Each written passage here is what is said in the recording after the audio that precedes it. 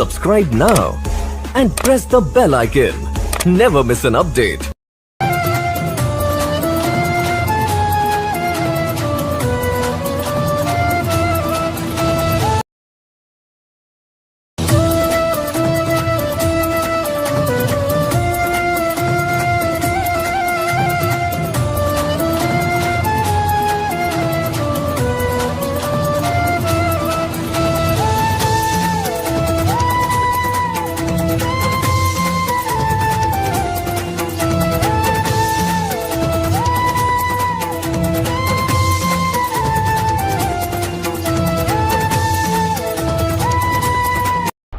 పార్థ, సాంఖ్యయోగం వలన మనిషి పరమాత్మను నిరంతరం స్మరిస్తూ ఉంటాడు. పరమాత్మను స్మరించడం వలన మనిషి మనసులో అంకిత భావం ఉత్పన్నమవుతుంది. అటువంటి భావాన్ని భక్తి అని అంటారు. భక్తి వలన మనిషికి సత్య అసత్యాల జ్ఞానం లభిస్తుంది. ఆ జ్ఞానం వలన వాడు పరమాత్మను దర్శించగలుగుతాడు. అలా ఎవరైతే పరమాత్మను దర్శించగలుగుతారో వారే వాస్తవమైన కర్మయోగిగా మారగలరు. జన్మల పరంపర నుండి విముక్తి చెంది మోక్షాన్ని పొందగలుగుతారు. ఆత్మలన్నింటికీ అంతిమ లక్ష్యం అదే. ధర్మం యొక్క అంతిమ చరణం కూడా అదే. కానీ నేను పరమాత్మను దర్శించకుండా అంకిత భావం ఎలా వ్యక్తం చేయగలను మాధవ? ఈ సృష్టియే పరమాత్మ, పరమాత్మయే సర్వస్వం. పరమాత్మ కానిదంటూ ఇంకేమీ లేదు. ఎవరు తమ ఆత్మను దర్శించగలుగుతారో వారే పరమాత్మను దర్శించగలుగుతారు. ఏ విధంగా ఉప్పులోని ఒక కణానికున్న రుచి మహాసముద్రపు నీటి రుచికి భిన్నమైనది కాదో, అదేవిధంగా నీ ఆత్మను నీవు దర్శించడం పరమాత్మ దర్శనానికి భిన్నమైనది కాదు.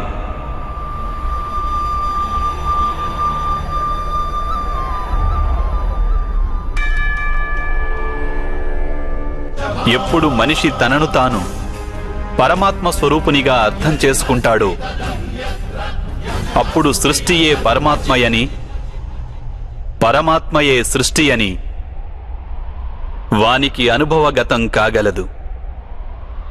సృష్టికి పరమాత్మకు ఏ భేదమూ లేదు.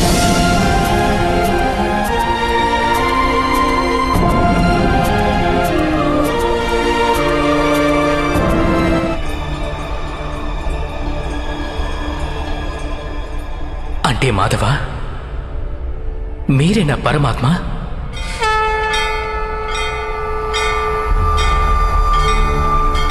అవును పార్థ, నేను పరమాత్మను. నీవు కూడా పరమాత్మవే పార్థ. కానీ నీవు ఇప్పటికీ జాగృతం కాలేదు. నేను ఈ రహస్యాన్ని తెలుసుకున్నాను.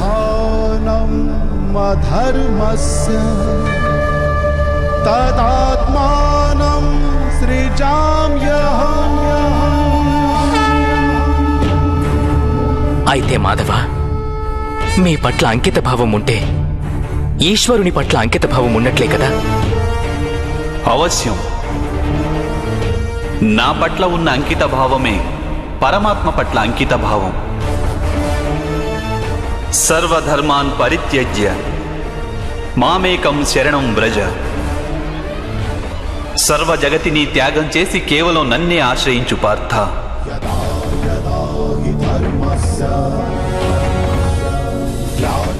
ఈ సకల లోకాన్ని నేనే. నేను ఈ లోకంలోని ప్రతి ఒక్క అణువును.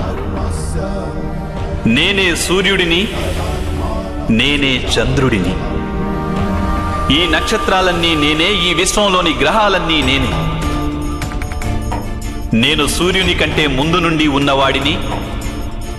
అలాగే ఒక మొక్కపై తొడిగిన మొగ్గ కన్నా నవ్యుడను నేను. ఈ మానవులందరూ నేనే. నేనే స్వర్గాన్ని నరకాన్ని ధారణ చేస్తున్న శక్తిని. నేనే దుర్యోధనుణ్ణి,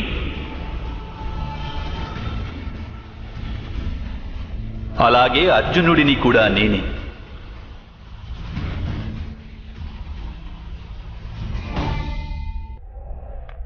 అది ఎలా సంభవం మాధవ? మీరు జన్మించటం పెద్దలు అనేకులు తమ జీవితకాలంలో చూశారు. మేము నవమాసాలు మోసి మీకు జన్మనిచ్చిన మీ మాత జీవించే ఉన్నారు. మీరు పురాతనులు, నాశనం లేనివారు ఎలా అవుతారు? నీవు శరీరాన్ని చూస్తున్నావు, కానీ నేను ఆత్మ గురించి మాట్లాడుతున్నాను. నేను అనేక జన్మలెత్తాను పార్థ. నేను అనేక అవతారాలను ధరించాను. ఎన్నో శరీరాలతో జన్మించాను నేను. అలాగే ఈ మట్టిలో కలిసిపోయాను.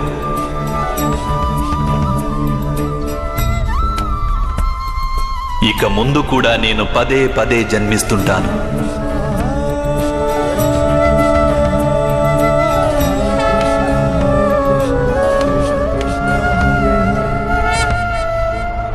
యదా యదా హి ధర్మస్య గ్లానిర్భవతి భారత అభ్యుత్థానమధర్మస్య తదాత్మానం సృజామ్యహం. పరిత్రాణాయ సాధూనాం వినాశాయ చ దుష్కృతాం ధర్మ సంస్థాపనార్థాయ సంభవామి యుగే యుగుతుందో, ఎప్పుడెప్పుడు అధర్మం వృద్ధి చెందుతుందో అప్పుడప్పుడు సత్పురుషులను ఉద్ధరించేందుకు, అధర్మపరుల వినాశనానికి, ధర్మాన్ని పునఃస్థాపించేందుకై నేను జన్మిస్తుంటాను. ఇది ప్రతి యుగంలోనూ జరుగుతూ వచ్చింది. అలాగే ఇక ముందు కూడా జరుగుతూనే ఉంటుంది. నేనే నాశనం లేని పరమాత్మను. నేనే మత్స్యావతారాన్ని, నేనే వామనావతారాన్ని,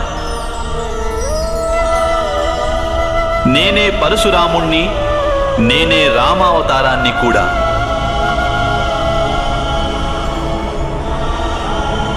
నేనే బ్రహ్మ విష్ణు మహేశ్వరులను,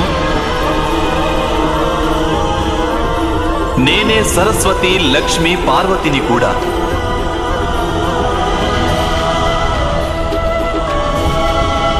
నేను పురుషుడను కాను, స్త్రీని కాను, నపుంసకుడిని కాను.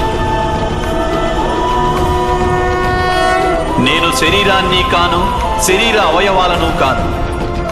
నేను జ్ఞానాన్ని, సృష్టిని, చైతన్యాన్ని. నేను పరబ్రహ్మను. నేనే సర్వస్వాన్ని. అలాగే నేను ఏమీ కాను.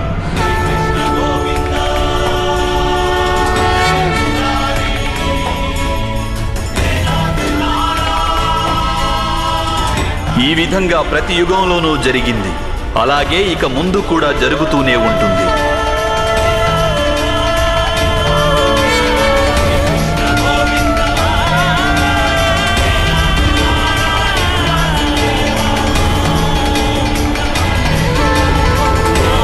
ఎప్పుడు నీవు ఆత్మజ్ఞానాన్ని పొందుతావో పార్థ,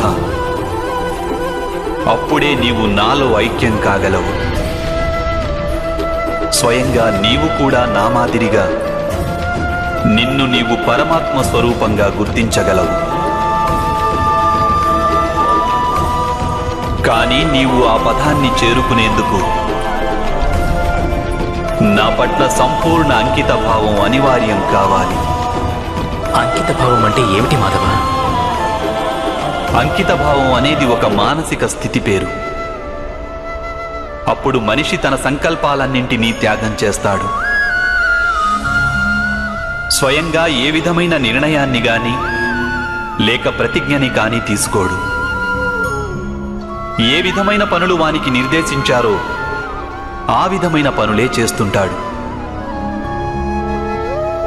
వాస్తవానికి అంకిత భావానికి అర్థమేమిటంటే, తమను తాము, తమ మనస్సును, బుద్ధిని, జ్ఞానాన్ని, ఇచ్ఛలను, ఆశలను, మనసులోని భావనలను, తమ సర్వస్వాన్ని ఇంకొకరికి అర్పించడమే. ఇటువంటి అంకిత భావాన్ని భక్తి అని అంటారు. భక్తితో కొలవడం అంటే ఏమిటి మాధవ? అంకిత భావమే భక్తి కాదా? కాదు పార్థ, అంకిత భావం భక్తిలో మొదటి అడుగు మాత్రమే. వాస్తవానికి భక్తి అనేది ఒక కార్యం వంటిది కాదు, అది ఒక మనస్థితిని సూచిస్తుంది. నిత్య జీవితంలో మనిషి జపతపాలు, యజ్ఞయాగాలు, యమనియమాలు, యోగం, స్వాధ్యాయం అనే మాధ్యమాలతో తన అంతరంగాన్ని శుద్ధి చేసుకుని పరమాత్మ పట్ల అంకిత భావంతో ఉండాలి. మనిషి తాను చేసే పనులను, తన కర్మల ఫలితాన్ని, జీవితంలోని ఉచ్ఛ్వాస నిశ్వాసాలను పరమాత్మకు సమర్పిస్తూ ఉండాలి.